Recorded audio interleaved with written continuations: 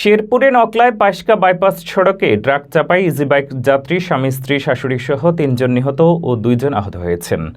মঙ্গলবার 7 মে রাত 8টার দিকে নকলার গড়েরগাঁও এলাকায় এই মর্মান্তিক দুর্ঘটনা ঘটে।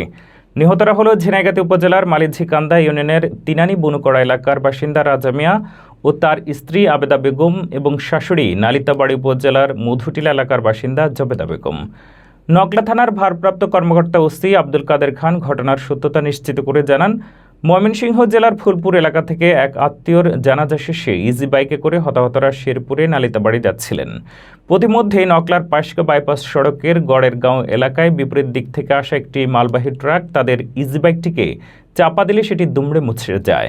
এতে ঘটনাস্থলে রাজা মিয়া ও তার শাশুড়ি জবেদা বেগম নিহত হন। গুরুতর আহত অবস্থায় ময়মনসিংহ মেডিকেল কলেজ হাসপাতালে নেওয়ার পথে রাজা মিয়ার স্ত্রী আবেদা বেগমও নিহত হন।